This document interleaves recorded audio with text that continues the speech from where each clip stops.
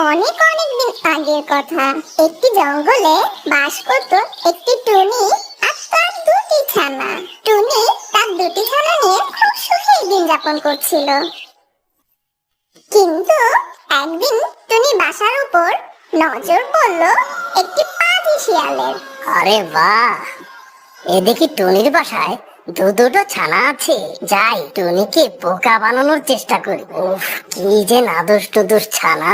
আমাকে আর যেমন করেই হোক এটা খেতেই হবে। টুনটুনি পাখির মাংস যে কত নরম আর সুস্বাদু হয় তা কেবল যে খায় সেই জানে। আমাকে যেভাবেই হোক ওই দুটা ছানা খেতেই হবে। এই বলে শিয়াল ঝোপ থেকে বেরিয়ে টুনির বাসার নিচে গেল আর টুনিকে বলতে লাগলো, এই বেটা টুনি, তোর ছানা দুটোকে নিচে ফেলে দে। তা না হলে আমি যদি গাছে উঠি তাহলে কিন্তু তোর ছানাদের সাথে সাথে আমি তোকেও গিলে খেয়ে ফেলবো। কেন? তুমি কি বানর নাকি সাপ যে গাছে উঠবে? তুমি তো একটা শিয়াল, তুমি কিভাবে গাছে উঠবে? আমাকে তুমি বোকা পেয়েছো নাকি যে তোমার ভয়ে আমার ছানা দুটোকে নিচে ফেলে দিব? তোমার যদি ক্ষমতা থাকে তাহলে তুমি উপরে এসো, উপরে এসে আমার ছানা দুটো খেয়ে যাও। এখনো সময় আছে, তোকে ভালোই ভালোই বলছি। এখনই তোর ছানাদের নিচে ফেল, তা না হলে সত্যি সত্যি আমি কিন্তু তোর বাসার উপর উঠে যাব। তখন কিন্তু আমি তোর ছানাদের সাথে সাথে তোকেও খেয়ে ফেলবো। বললাম তো, যদি তুমি পারো তাহলে আমার বাসায় চলে এসো। তুমি গাছের উপরে এসে কেমন করে আমার ছানা খাও আমি তাই দেখবো। না না, ভেবেছিলাম টুনিকে বোকা বানিয়ে ওর কচি ছানাদের খাবো, কিন্তু দেখছি বেটা অনেক চালাক। টুনির গাছটা দেখছি অনেক চিকন। এই গাছটা যদি আমি ঝাঁকাতে শুরু করি তাহলে তো বাচ্চাগুলো উপর থেকে নিচেই পড়বে, আর আমি তখন ওই বাচ্চাগুলোকে খেতে পারবো। এই বলে পাজি শিয়ালটি টুনির গাছ ঝাঁকাতে শুরু করে। জোরে জোরে ঝাঁকুনির ফলে টুনির বাসা থেকে তার ছানা দুটি নিচে পড়ে যায় আর দুর্গ শিয়াল ছানা দুটিকে খেয়ে ফেলে। দেখলি তো টুনি, তোর ছানাদের কিন্তু আমি খেয়েই ফেললাম, শুধু মাঝখান থেকে তুই বেঁচে গেলি। আমি যদি সত্যি সত্যি গাছে উঠতে পারতাম তাহলে কিন্তু আমি তোকেও গিলে খেতাম। আমি এখন যাই, তোকে বাঁচিয়ে রেখে লাভই হয়েছে। তুই আবারও ডিম দিবি আর আমি আবারও তোর বাচ্চা খাবো। তুমি খুবই বাজে একটা শিয়াল। আমার ছোট্ট ছোট্ট নিষ্পাপী বাচ্চাদের খেয়ে তোমার কি লাভ হলো? তোমার তো পেট ভরলো না, তাহলে কেন তুমি আমার ছানা দুটো খেলে? আরে বলো, তুই কি বুঝলি? তোর ছানাগুলোকে খেয়ে আমি যে কি মজা পেয়েছি তা তো বলে বোঝানো যাবে না। এরকম মজাদার খাবার আমি আমার জীবনেও খাইনি। তবে তুই টেনশন করিস না, এর পরের বারও কিন্তু আমি তোর ছানাদের খাবো। এখন এক কাজ কর, তাড়াতাড়ি ডিম পার আর সেই ডিম থেকে একটু মোটা কাটা বাচ্চা তৈরি কর। এই কথা বলেই শিয়াল সেখান থেকে চলে গেল আর টুনি মন খারাপ করে বাসাতেই বসে থাকলো আর কান্না করতে লাগলো। এই ঘটনা ঘটার বেশ কিছুদিন হয়ে গেছে। একদিন শিয়াল তার বাসায় বসে ঝিমাচ্ছিল। হঠাৎ শিয়ালের টুনির কথা মনে পড়লো। আরে, টুনির ছানাদের খেলাম তো তা অনেকদিন হয়ে গেল। এর মধ্যে মনে হয় টুনি আবার ডিম পেড়েছে আর ডিমগুলো ফুটে বোধহয় বাচ্চাও বের হয়েছে। যাই একবার টুনির বাসায় একটু উকি মেরে দেখে আসি। আমাকে দেখে হয়তো বাচ্চাগুলো লুকিয়ে ফেলতে পারে, তখন তো আমার কপালে কিছুই জুটবে না। এই বলে শিয়াল রওনা দিল টুনির বাসার উদ্দেশ্যে। এদিকে টুনি আরো দুটি ছানা ফুটিয়েছে। আগের মতনই টুনি তার ছানা দুটোকে পাহারা দিচ্ছিল। দুষ্ট শিয়াল ঝোপের আড়াল থেকে দেখতে লাগলো টুনির বাসায় আগের মতন নাদুস নুদুস দুটো ছানা আছে, দেখতে ভারী মিষ্টি। আরে ওই তো টুনির দুটো ছানা।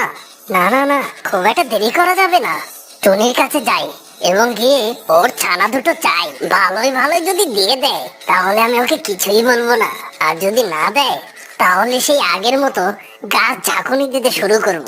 তাহলে একা একাই ছানাগুলো নিচে পড়ে যাবে। এই বলে শিয়াল ঝোপের আড়াল থেকে বেরিয়ে আসে, আবার টুনির বাসার নিচে গেল আর টুনিকে ভয় দেখিয়ে বলতে লাগলো, কিরে টুনি, আবার দেখি তুই দুটো ছানা ফুটিয়েছিস। আমি বলেছিলাম না আমি আবার আসবো। দেখ আমি ঠিক চলে এসেছি। নে আর দেরি করিস না, ভালোই ভালোই তোর ছানাগুলো মাটিতে ফেল, আমার পেটটা চোচো করছে। আমি তোমার কাছে হাত জোড় করে মিনতি করছি, তুমি আমার ছানাগুলোকে খেও না।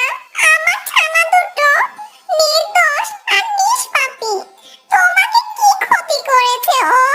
তুমি ওদেরকে খেও না, কমসে কম এই ছানা দুটোকে ছেড়ে দাও তুমি।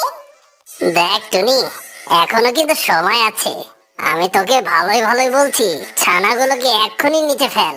আর কাকুতি মিনতি করে তোর কোনো লাভ হবে না। আমি তোর ছানাগুলোকে খাবোই খাবো। ভালো এটাই হবে যে তুই তোর ছানাগুলোকে ভালোই ভালোই নিচে ফেল। আমি তোমার কাছে হাত জোড় করে ভিক্ষা চাচ্ছি, তুমি আমার ছানা দুটোকে ছেড়ে দাও ভাই। আমার ছোট্ট নিষ্পাপী দুটি বাচ্চা, ওদেরকে বাঁচার সুযোগ দাও এবার। বুঝতে পেরেছি, সোজা কথায় আর কাজ হবে না, আঙ্গুলটা এবার বাঁকাতেই হবে। আবারও গাছ ঝাঁকাতে শুরু করি, তাহলেই তো ছানাগুলো মাটিতে লুটিয়ে পড়বে। এই বলেই শিয়াল টুনি গাছটি ঝাঁকানো শুরু করে।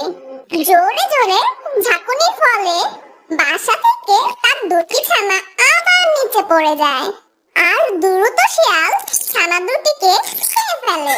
তারপর শিয়াল তার আস্তানায় ফিরে গেল।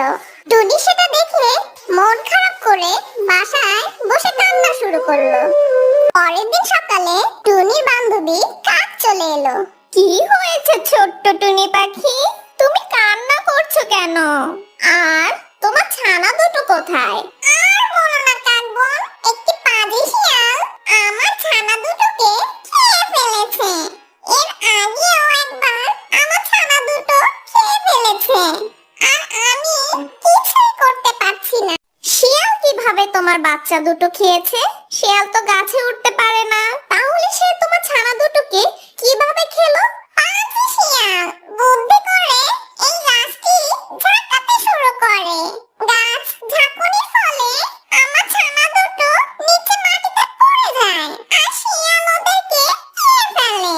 আসলে আমার বাসার গাছটি অনেক সরু, তাই শিয়াল খুব সহজে ঝাঁকাতে পারে গাছটি। ও, এবার বুঝতে পেরেছি শিয়াল কিভাবে তোমার ছানাদের খায়। তা তুমি এখন কি করবে ঠিক করেছো? আমি প্রতিশোধ নিব, আমার সন্তান হারানোর প্রতিশোধ চাই। যেভাবেই হোক আমি শিয়ালের কাছ থেকে বদলা নিব। পাজি শিয়াল দুবার করে আমার দুটো ছানা খেয়ে ফেলেছে, কিছুতেই আমি ওকে ছাড়বো না। শিয়াল তো অনেক বুদ্ধিমান ও চালাক, তাই তুমি শিয়ালের সাথে কোনোভাবেই পেরে উঠবে না। তাহলে কিভাবে তুমি প্রতিশোধ নিবে? কি ভেবেছো তুমি? কোনো বুদ্ধি আছে তোমার কাছে?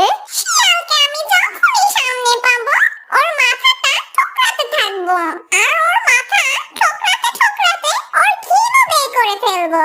তাহলে ওই বেটা শিয়াল চরম শিক্ষা পাবে। আরে বোকার মতন কথা বলছো ছোট্ট টুনি পাখি, তুমি যখনই ওর মাথা ঠোকরাতে যাবে তখনই তো ও তোমাকে ধরে খেয়ে ফেলবে, তখন তুমি ওর খাবার হয়ে যাবে। আমার কথা শোনো, মনোযোগ দাও। শিয়াল যখন ঘুমাবে তখন তুমি একটা ছুরি নিয়ে ওর লেজ কেটে ফেলবে, তাহলেই ওই শিয়ালের চরম শিক্ষা হবে। লেজ হচ্ছে শিয়ালের সবচেয়ে প্রিয় জিনিস। তুমি যদি ওর লেজটা কেটে ফেলো তাহলে এই জঙ্গলে ওর মুখ কাউকে দেখাতে পারবে না আর লজ্জাতেই ও মারা যাবে। ঠিক বলেছো কাক বন্ধু, এই কাজটাই করতে হবে। শিয়ালের লেজটা কেটে দিলে ও কোনো মতেই মুখ দেখাতে পারবে না, তাহলে একদিন সুযোগ বুঝে ওর লেজটা কেটে দিতে হবে। এরকম টুনিকে বুদ্ধি দিয়ে কাক সেখান থেকে চলে যায় আর টুনি একা একা সেখানে বসে থেকে ভাবতে শুরু করে, কাক আমাকে সঠিক বুদ্ধি দিয়েছে, এতে আমার কোনো ক্ষতি হবে না, কিন্তু শিয়ালের অনেক বড় ক্ষতি হয়ে যাবে আর ও লজ্জাতে এই বনেই থাকতে পারবে না। এখন যেভাবেই হোক আমাকে একটা ছুরির ব্যবস্থা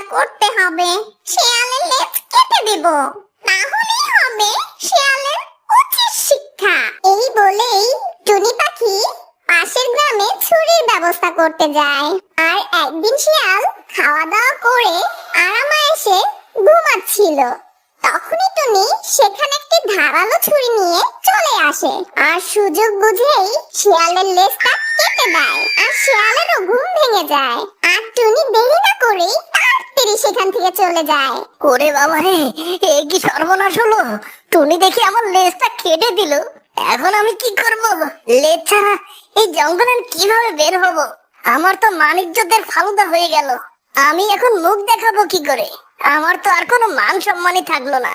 লেজ ছাড়া দেখতে তো আমাকে জোকারের মতো লাগছে। আমার তো সবই শেষ হয়ে গেল। এই বলে সেই শিয়াল লজ্জায় মাথা নিচু করে দূরে কোথাও লুকিয়ে পড়ে। তা বন্ধুরা, আজকের গল্পটি তোমাদের কাছে কেমন লাগলো তা অবশ্যই কমেন্টে আমাদের জানিয়ে দিও। আর হ্যাঁ, যারা এখনো আমাদের চ্যানেল সাবস্ক্রাইব করনি তারা অবশ্যই আমাদের চ্যানেলটি সাবস্ক্রাইব করে পাশে বেল বাটনটি অন করে দিও। তো দেখা হচ্ছে পরবর্তী ভিডিওতে।